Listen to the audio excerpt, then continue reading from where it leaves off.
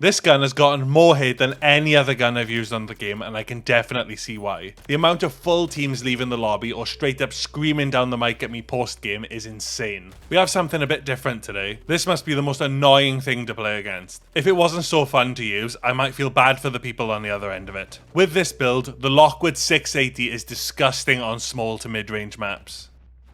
I've built a few shotguns like this across the recent COD titles, and my first move is always to make the hipfire as good as it possibly can be. I added the Crown Breaker choke for a big improvement to hipfire and tac stance spread, along with tighter pellet spread. The tighter pellet spread can affect the close range effectiveness, so you have to be accurate, but as long as you stay calm when people push you, you'll be fine.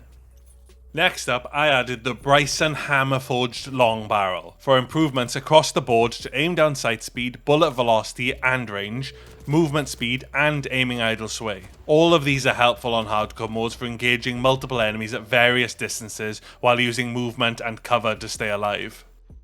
For the next attachment, I felt that adding more speed was useful, and I found the perfect thing for this build in the way of the Kimura RYL33 Laser Light, adding so many improvements in the way of aim walking steadiness, tac stance spread, sprinter fire and aim down sight speed. All of these with the negatives of the laser being visible at ADS, which doesn't matter to us because we aren't going to be aiming down sight very much with the LOCKWOOD.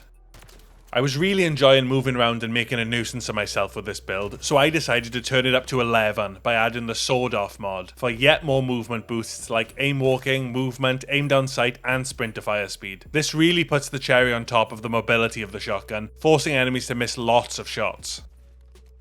Lastly, I wanted to make the gun even better in situations where you're fighting multiple people, as in hardcore you don't always have a lot of time to work with. I added the Express Light Bolt for a big boost to both rechambering speed and fire rate. I found this to be really useful on smaller maps where you regularly come across groups of enemies that have just spawned. So there you have it, the cheesiest gun in MW3. Honestly, I feel evil just using it, but I can't deny how fun it is to use in hardcore in the smaller maps. It's made for some funny interactions with other players that are a bit too much for YouTube, but I'm sure you'll experience them too if you use this LOCKWOOD build. If you think I should have gone with some different attachments on the LOCKWOOD 680, then let me know what you think in the comments. If you found this video helpful, leave a like and be sure to subscribe if you haven't already for more videos just like this.